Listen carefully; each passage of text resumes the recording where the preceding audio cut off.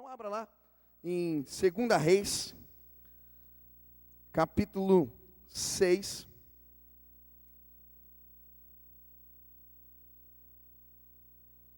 Versículo 31 em diante. 2 Reis, capítulo 6, versículo 31 em diante. Quem achou, diga amém. Quem não achou, diga misericórdia. 2 Reis vem depois de 1 Reis. Está no meio ali de Samuel, Crônica, você vai para essa área aí da Bíblia que você encontra, tá? Quem não trouxe Bíblia, diga perdão, Senhor. Amém, né, irmão? Traga a Bíblia para a igreja, a palavra de Deus, ela pode e vai falar sempre ao nosso coração. Diz assim a palavra do Senhor: disse o rei: assim me faça Deus, o que bem lhe aprouver, se a cabeça de Eliseu, filho de Safate, lhe ficar hoje sobre os ombros. Estava, porém, Eliseu sentado em sua casa, juntamente com os anciãos. Enviou o rei o homem de diante de si, mas antes que o mensageiro chegasse a Eliseu, disse este aos anciãos: vedes como o filho do homicida mandou tirar minha cabeça? Olhai, quando vier o mensageiro, fechai-lhe a porta e empurrai-o com ela. Porventura não vem após ele o ruído dos pés de seu senhor? Falava ele ainda com eles quando lhe chegou o mensageiro.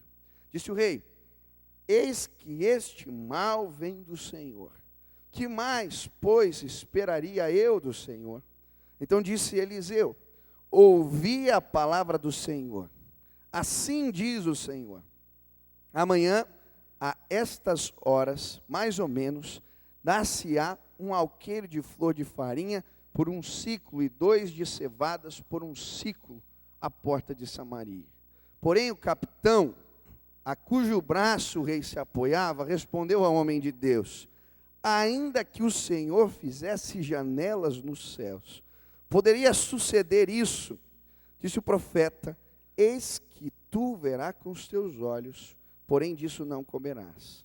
4 homens leprosos estavam à entrada da porta, os quais disseram uns aos outros: para que estaremos nós aqui sentados até morrermos? Se dissermos, entremos na cidade, há fome na cidade, e morreremos lá.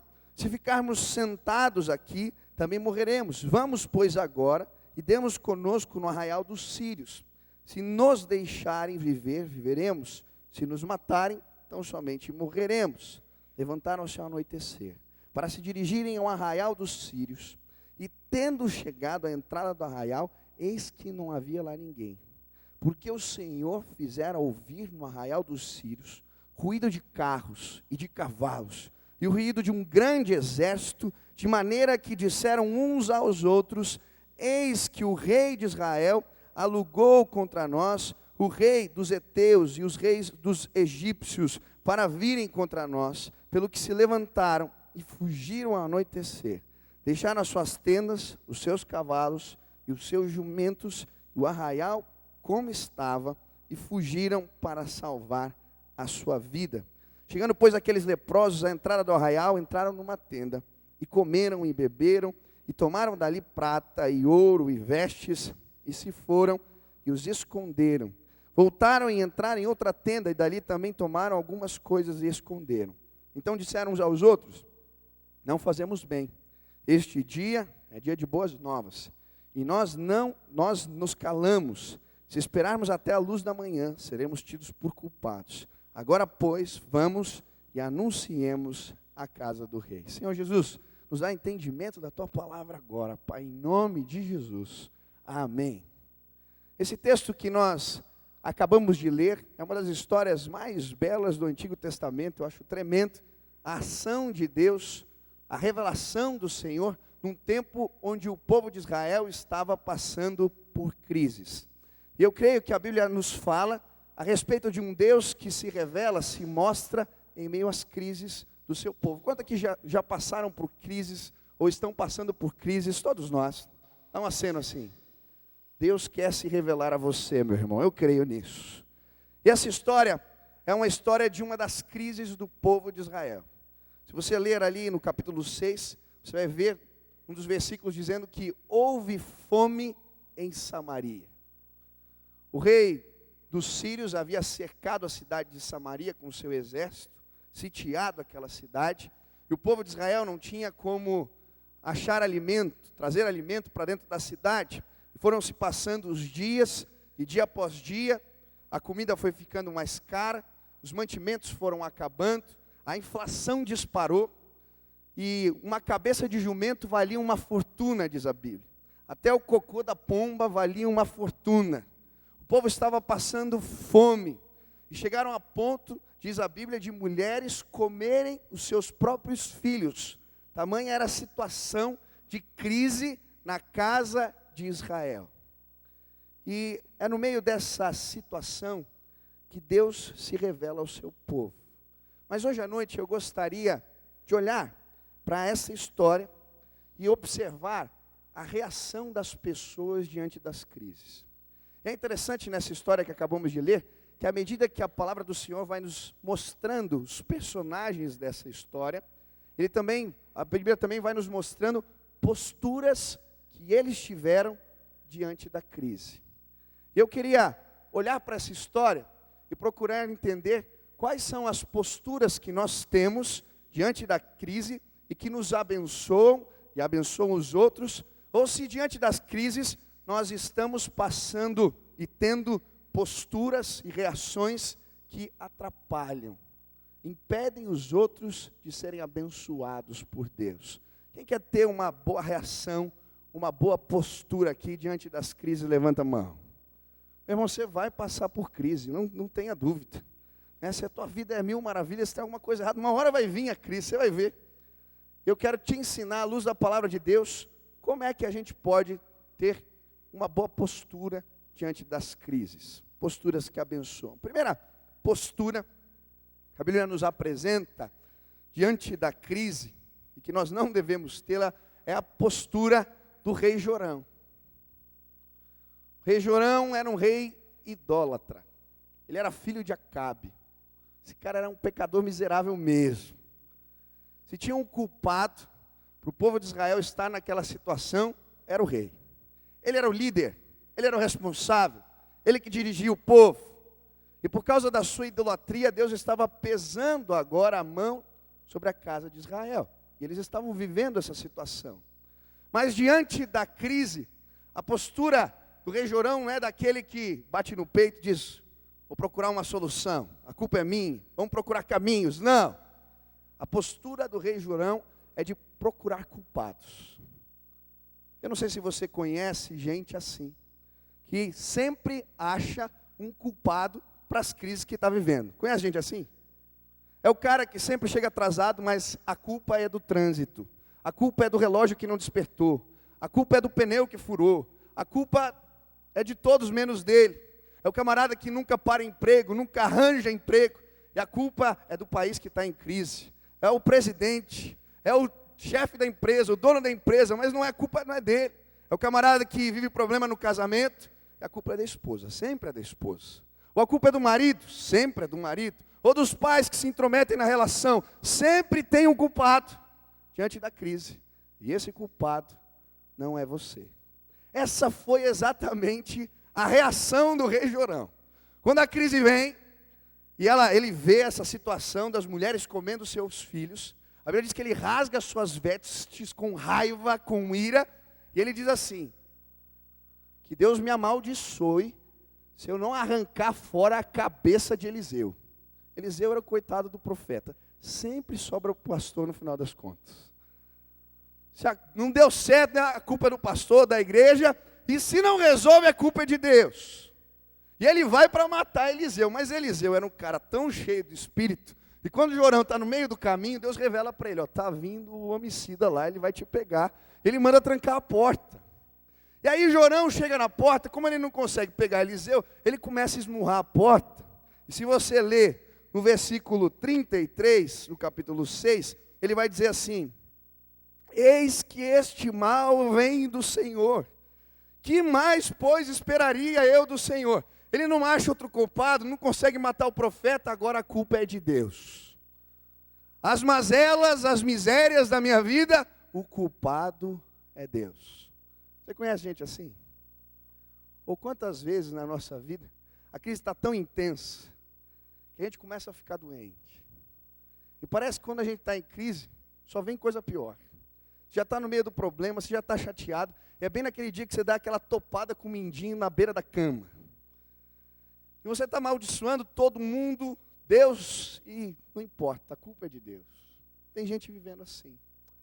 Esses tempos eu li uma notícia na internet, quando aconteceu, já faz alguns anos, mas quando aconteceu o episódio da queda das Torres Gêmeas, a filha do Billy Graham, a Anne Graham, estava dando uma entrevista no jornal, num programa de televisão, para Jenny Clayson. E ela perguntou para ela, disse assim, como é que Deus permitiria algo tão terrível assim, ou permitiu algo tão terrível assim, acontecer no dia 11 de setembro de 2001? Que Deus é esse? E a resposta dela achei fenomenal. Ela vai dizer assim, eu creio que Deus ficou profundamente triste com o que aconteceu, tanto quanto nós. Por muitos anos nós temos dito para Deus não interferir em nossas escolhas, sair do nosso governo e sair das nossas vidas, sendo um cavalheiro como Deus é, e eu creio que Ele calmamente nos deixou.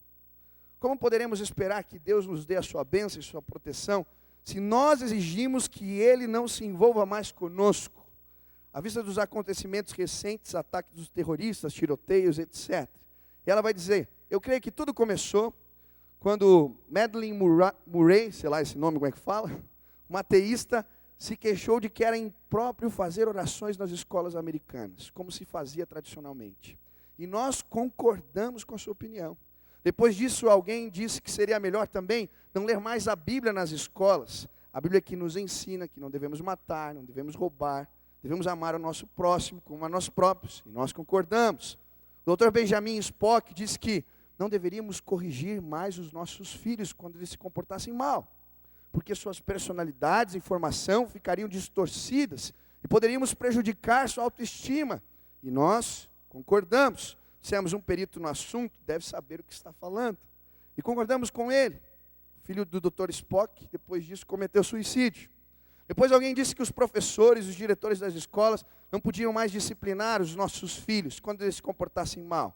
Os administradores da escola, então, decidiram que nenhum professor em suas escolas deveria tocar em um aluno quando se comportasse mal, porque não queriam publicidade negativa e não queriam ser processados. E nós concordamos. Sugeriu alguém que deveríamos deixar que as nossas filhas fizessem aborto, se elas assim o quisessem, e que nem precisariam contar aos seus pais. E nós aceitamos essa sugestão sem ao menos questioná-los. Em seguida, algum membro da mesa administrativa escolar, muito sabido, disse que, como os rapazes serão sempre rapazes, e como homens iriam acabar fazendo o inevitável, que então deveríamos dar aos nossos filhos tantas camisinhas quanto eles quisessem, para que eles pudessem se divertir à vontade, que nós precisaríamos dizer aos seus pais que eles as tivessem obtido nas escolas. E nós dissemos, está bem. E aí ele vai falando. E a indústria do entretenimento então disse, vamos fazer shows de TV, e filmes que promovam profanação, violência, sexo ilícito.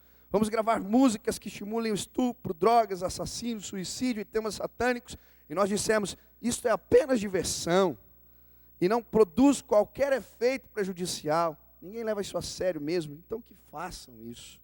Agora nós estamos nos perguntando, por que nossos filhos não têm consciência? Por que não sabem distinguir entre o bem e o mal, o certo e errado? Por que não lhes incomoda matar pessoas estranhas, os seus próprios colegas de classe, ou a si próprios? Provavelmente, se nós analisarmos tudo isso seriamente, iremos facilmente compreender que nós estamos colhendo exatamente aquilo que temos plantado. Creio que uma das piores reações diante das crises é você ficar procurando culpados e não entender que você, irmão, pode ser um dos maiores responsáveis pela crise que você está passando. Eu acho que não existe nada mais nobre que um cara bater no peito e falar, esse problema é meu, eu que vou resolver, essa situação eu que tenho que contornar. Se ninguém ora na tua casa, a culpa é sua. Você está com problema no teu casamento, a culpa é sua, brother. Se você está desempregado, a culpa é sua, corre atrás. Você está vivendo dilemas e pecados na sua vida, a culpa não é do pai, não é da mãe, não é da avó, não é da tia, não é da igreja. Assume a tua responsabilidade e resolve em nome de Jesus. Tem muito marmanjo aqui já barbado na igreja, que está perdido na vida. Perdido na vida. O cara está ficando velho, com 20 e poucos anos na cara, e não sabe o que é trabalhar, não sabe o que é da vida, a vida está passando. E depois ele está reclamando, poxa, não consegui casar, não consegui o relacionamento. A culpa é tua, brother. Bate no peito, assume a tua condição de macho, de homem, brother. Vai embora, procura resolver teus problemas. E aí Deus vai te dar um casamento abençoado. Você vai ser bem sucedido na tua profissão. Porque você entendeu, cara. A culpa não é do mundo. Não há uma conspiração mundial contra você. Às vezes eu sento com os caras, velho, umas histórias de conspiração maluca. Não! Não é. A culpa é nossa. Amém? Quem quer assumir a responsabilidade diante das crises? Levanta a mão aí, eu quero. Em nome de Jesus. Segunda postura. É a postura dos pessimistas. Pessimista é um negócio interessante. Ele não procura um culpado, mas ele vai procurar sempre o lado negativo das coisas. Você já está com problema, você já está em crise. Aí você vai apresentar uma alternativa, uma possibilidade. Ele vai te apresentar 20 mil obstáculos. Porque aquilo não vai dar certo, não vai funcionar, não tem jeito. Você conhece gente assim? Pessimista. Está sempre cabisbaixo. É o cara que baixa a guarda, entrega os betes. Desiste no meio do caminho, esse é o pessimista. Eu acho interessante, eu vi uma historinha esses tempos que disse que o diabo faliu. O inferno entrou em colapso, ele faliu. E aí o diabo estava falido, ele resolveu vender todas as suas armas de destruição. Ele estava vendendo o orgulho, a cobiça, a concupiscência da carne, a procrastinação, estava vendendo todas as suas armas. E chegou um camarada no inferno e falou assim, olha, diabo, ô peludo, eu vou comprar todas as tuas armas. Ele falou assim, beleza, eu vendo todas, mas tem uma que eu não vendo. Qual é? A resignação. Não tem nada pior do que o cara que não tem fé, que não acredita, que não tenta, que para no meio do caminho, que desiste no meio da jornada. E esse é o segundo personagem da história, o capitão do exército, oficial do rei. Ele está batendo na porta e diz a Bíblia que tem um cara com a mão no ombro, o rei está apoiado nesse cara, o oficial dele, o capitão do exército. E quando o rei está batendo na porta e culpando Deus, Eliseu, que já tinha buscado ao Senhor, traz uma revelação da parte de Deus. Ele diz assim, amanhã, nessa mesma hora, Deus vai mudar a nossa sorte. Deus vai nos fazer prosperar. Amanhã, a esta hora, vai ter comida barata na casa de Israel. E quando o oficial, o pessimista, escuta a declaração do profeta, ele vai dizer, mas nem que o Senhor abrisse janelas dos céus e derramasse comida do céu, isso ia acontecer. Não tem como, não tem jeito. Esse é o pessimista. O que não acredita, que acha que não tem jeito, que a situação não pode mudar, que as coisas não vão acontecer. Gente que desiste logo de cara, que se entrega, que acaba perdendo a bênção do Senhor. Eu lembro de uma situação que eu vivi quando nós fomos fazer uma viagem missionária para a África. Quando nós fomos para a África, eu encontrei um cara que ele queria demais casar. Demais casar. E lá na África, para você casar, você tem que pagar o dote da menina. Né? O negócio é sério. O pai e a mãe saem com uma bolada quando alguém casa.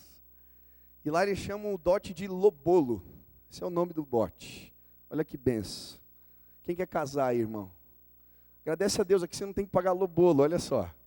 Meninas, graças a Deus, senão o negócio ia ficar feio. E ele estava trabalhando um monte para pagar o lobolo para casar com a menina que ele gostava.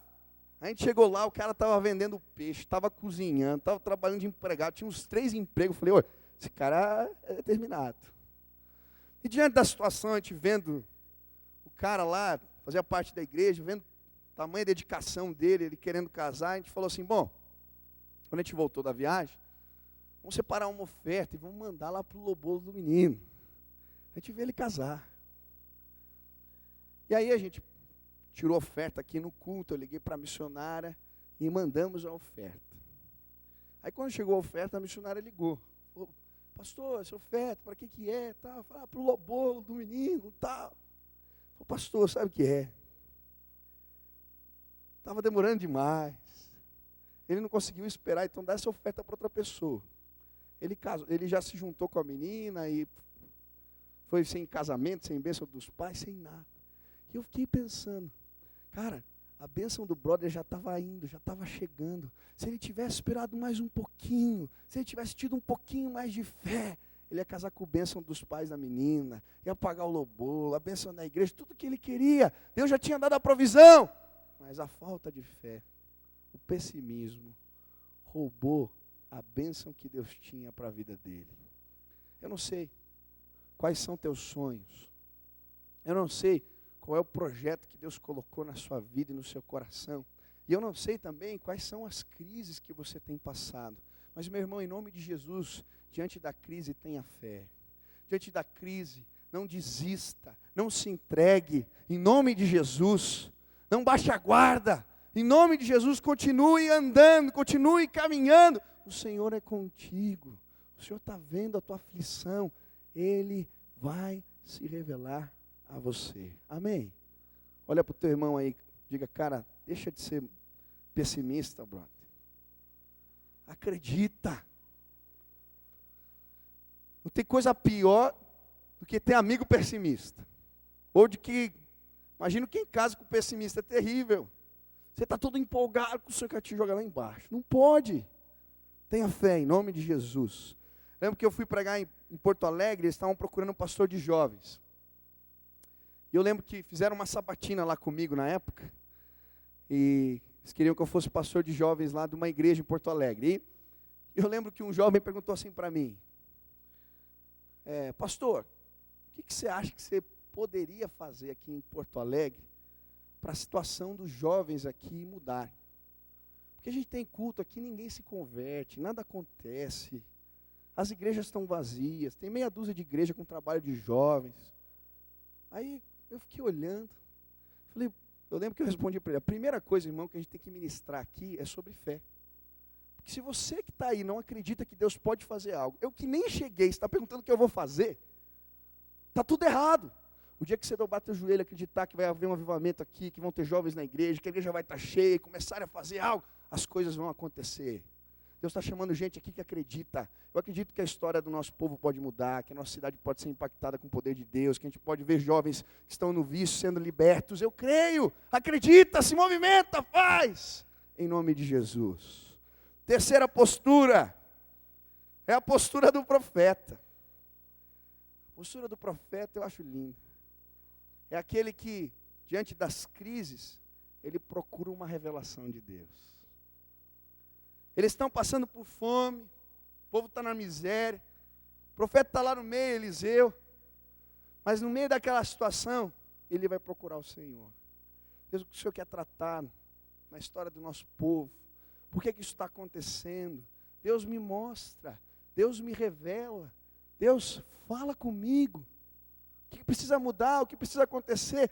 E é nesse contexto que Deus se revelava a Eliseu. A Bíblia vai dizer que quando o rei da Síria promovia as emboscadas contra Israel, ele dizia onde é que iam ser as emboscadas. E nessa situação da fome, enquanto ele está orando, Deus dá uma palavra para ele. Amanhã, a esta hora, eu vou mudar a sorte de vocês. Amanhã, a esta hora, eu vou mudar a sorte de vocês. Essa é a voz do profeta, que entende e que no meio das crises procura a revelação de Deus. Meu irmão, você quer ser bem sucedido? Você quer passar por cima dessa situação difícil? Você quer receber vitória da parte de Deus? No meio das crises, procure a revelação de Deus. Sabe por quê?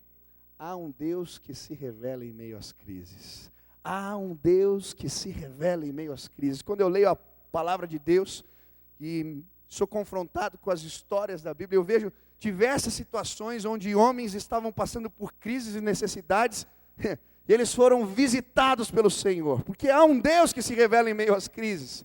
Josué está diante das muralhas de Jericó, uma mulher intransponível, está com uma multidão atrás, um povo sem saber o que fazer.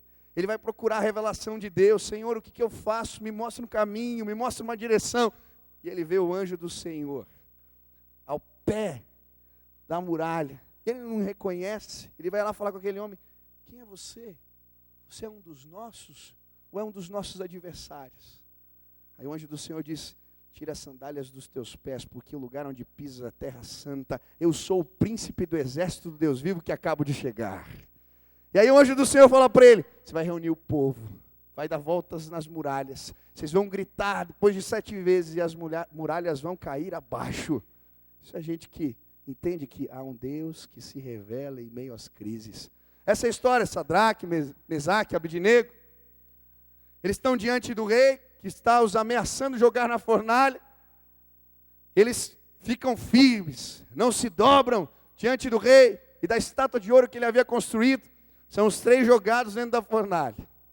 Mas dentro da fornalha, a Bíblia diz que aparece um camarada, com a semelhança de um anjo, de um filho dos deuses, e começa a caminhar junto com o fogo, no fogo junto com eles. E eles saem da fornalha ilesos, porque há um Deus que se revela em meio às crises. Eu acho tremenda a história de João no Apocalipse, no capítulo 1, quando ele começa a falar do momento que eles estão passando. Eu não sei se você sabe, João estava exilado na ilha de Pátimos, porque o povo do Senhor, os cristãos, estavam sendo perseguidos. Ele mesmo havia sido banhado numa banheira de óleo fervendo, não havia morrido. E os caras, pensando que ele era um mago, um feiticeiro, o mandaram para essa ilha para viver a custa de trabalhos forçados. E ele está ali, naquele tempo de crise, longe da sua família, longe de todos, sofrendo. E ele está procurando ao Senhor. E ali, procurando a Deus, ele tem uma revelação. Quando ele olha para trás, ele vê alguém com os cabelos brancos como a neve. Os seus olhos são como olhos de fogo. Os seus pés são como bronze reluzente. Ele tem um cinturão no peito. Ele anda com firmeza. E diante daquela majestade, daquele poder, ele não consegue ficar de pé. Ele cai no chão.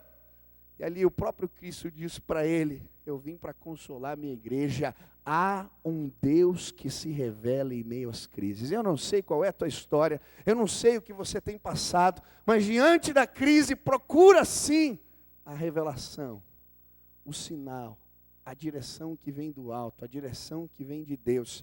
E você vai ser sim bem-sucedido em nome de Jesus. Uma coisa que eu aprendi lá em casa, uma das lições que eu aprendi lá em casa, e que abençoam demais a minha vida, é essa: de procurar a direção de Deus nos momentos difíceis e nos momentos de decisão da minha vida. Quantas vezes eu vi meu pai sentado no sofá de casa, e ele tinha uma agendinha, tem ainda essa agendinha marrom. Um dia eu abri para ver o que estava escrito lá, as coisas, fiquei curioso, porque ele ia orar, a gente estava nos momentos de crise. E aí ele ia orar, aí ele voltava, anotava os negócios na agendinha e voltava. Filho, Deus mandou fazer isso aqui. Na boa, na paz. E aí vinha outra crise, ó, Deus me mostrou que tem pecado na igreja, que Ele vai revelar, aí nananã. Aí passava uma semana, começava a aparecer o pecado do povo, tudo que era lugar. Virava notícia, negócio sério. Deus se revela. Meu irmão, você está passando por crises. Postura que a Bíblia nos ensina que temos que ter diante das crises é procurar a revelação de Deus. Como é que eu faço isso? A Bíblia diz que aqueles que buscam o Senhor de todo o coração vão encontrar, vão achar. Se você tiver fé e procurar a Deus com todo o seu coração, e sabe, às vezes envolve a gente fazer coisas malucas. Teve momentos na minha vida que eu precisava de respostas de Deus, de pegar o carro, viajar, ficar a semana fora orando, fazendo jejum e procurando a orientação do Senhor. E Ele revela, Ele mostra, Ele fala. Você está vivendo um tempo de crise, meu irmão? Procura a revelação do Senhor em nome de Jesus. Você vai ser abençoado. Ele vai te mostrar o que você tem que fazer. Quarta postura. A postura dos leprosos. Estou terminando. Essa é a parte que eu acho mais legal da história. Eu não sei se vocês sabem quem eram os leprosos dentro do contexto da casa de Israel. O leproso era aquele que era excluído. E por isso, quando a Bíblia nos fala no versículo 3 dos 4 leprosos, ela vai dizer assim: 4 homens leprosos estavam à entrada da porta. Eles não estavam dentro da cidade, eles estavam fora, porque eles tinham que viver reclusos. Eles eram excluídos de todo o resto, afastados de todo o resto da população por causa da sua condição, da sua doença. E alguns comentários dizem que alguns leprosos, eles tinham que usar um sininho assim no peito, porque quando eles chegavam perto das pessoas, eles tinham que anunciar que estavam chegando. Então vinha aquele negócio, blém, blém, blém, blém, está chegando um leproso. E eles estão lá na porta da cidade, e eles começam a conversar. Meu Deus. Presta atenção que agora é sério o negócio. E aí eles começam a conversar.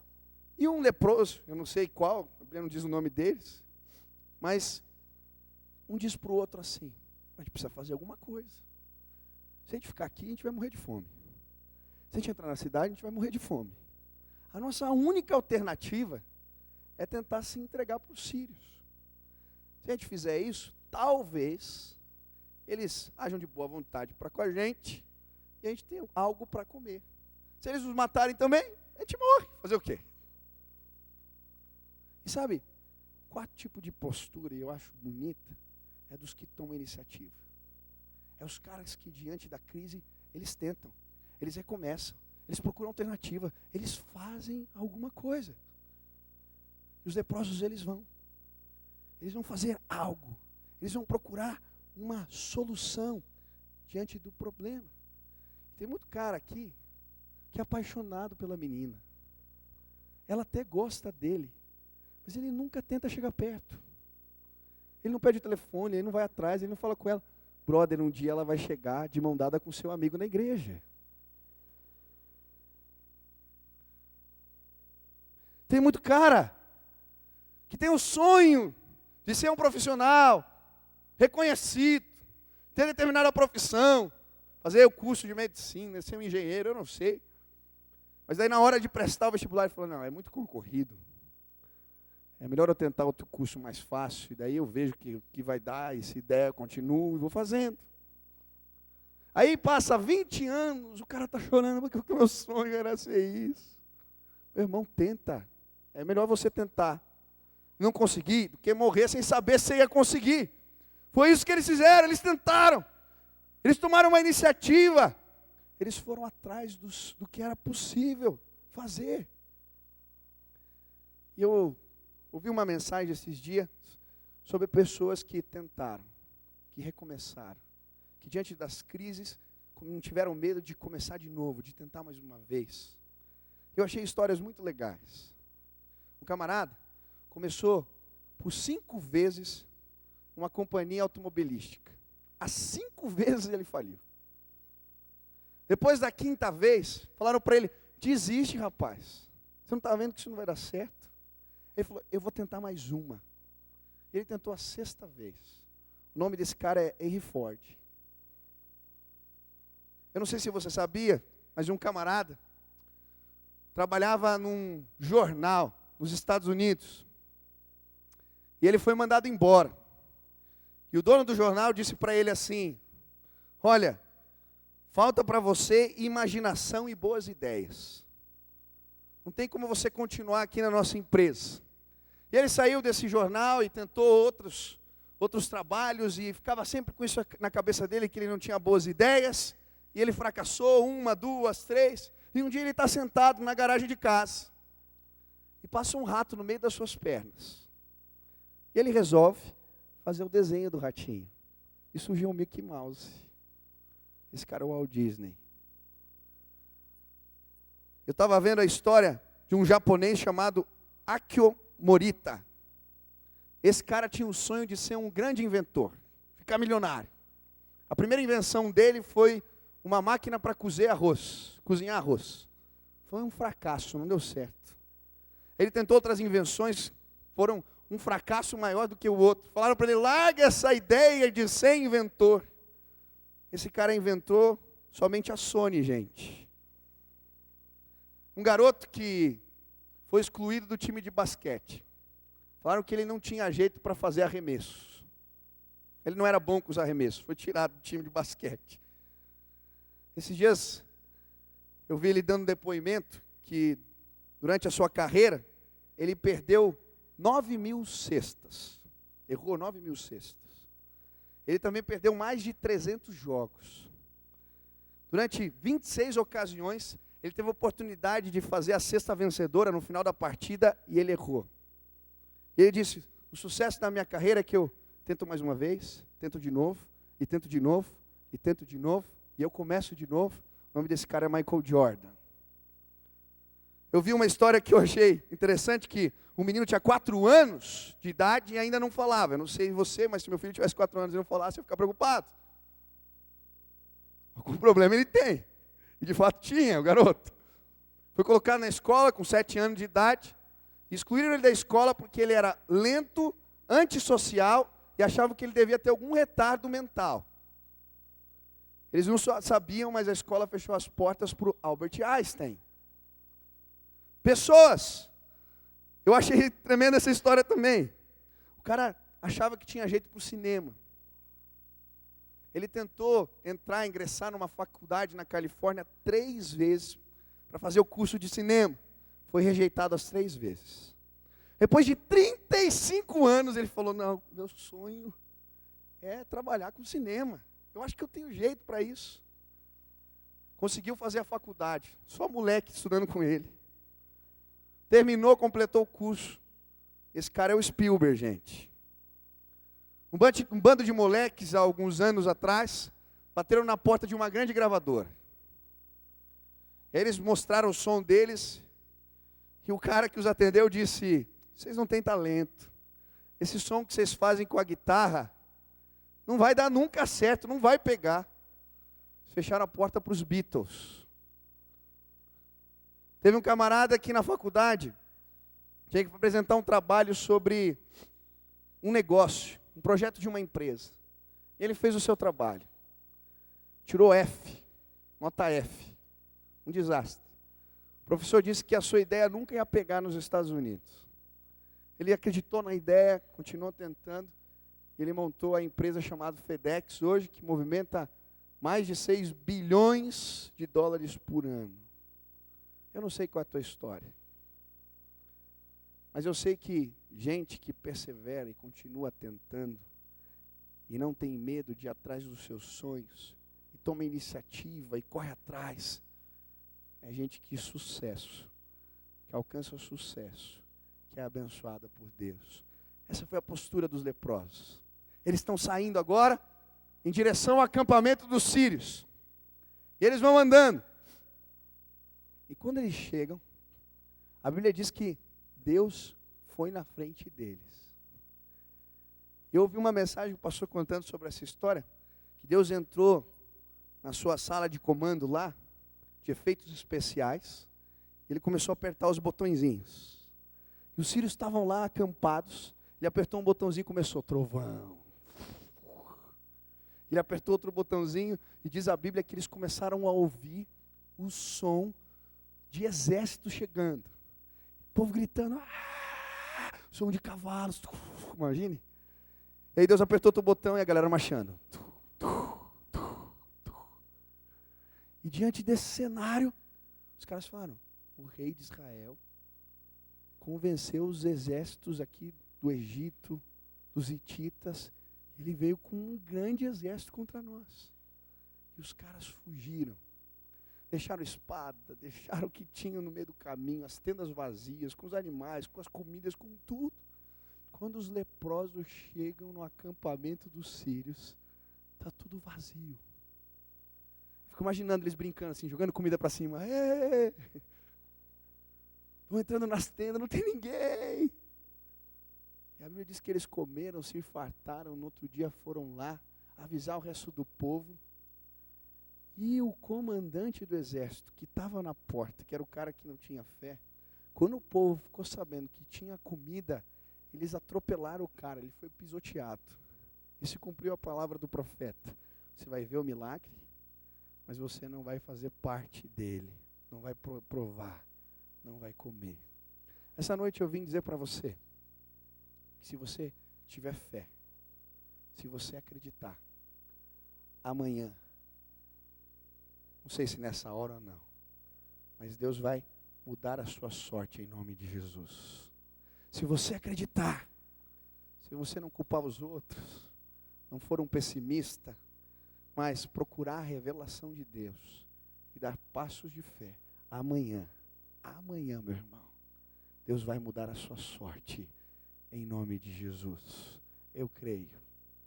Eu não sei quantos aqui estão passando por crises. Eu não sei quantos aqui têm sonhos guardados dentro do coração. Sonhos que se tornaram em grandes frustrações às vezes. Você tentou e não deu certo, você tentou mais uma vez, e você pôs isso dentro do coração e fechou as 7 chaves, e você está sofrendo. Hoje eu vim dizer para você, tenta de novo, não desiste, vai atrás. Deus pode sim, Ele pode sim te abençoar. Baixa tua cabeça, fecha os teus olhos.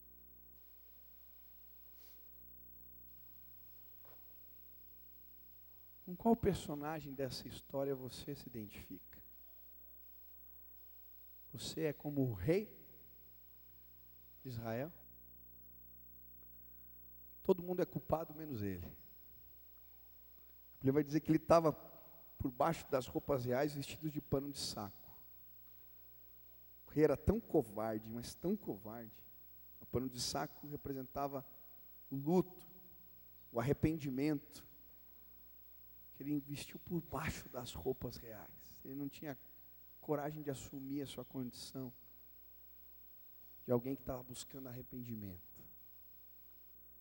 Talvez diante das crises, Deus te mostrou, cara, assume a culpa, assume a responsabilidade. É você que eu quero usar para mudar essa história. Talvez você se identificou com um oficial, com um capitão. Quantas vezes você é pessimista? Diante dos sonhos, diante dos projetos, em vez de você sonhar junto, em vez de você acreditar, você é o cara que enxerga os obstáculos. Diante das ideias, você enxerga os obstáculos. Em nome de Jesus, Deus quer colocar fé no teu coração.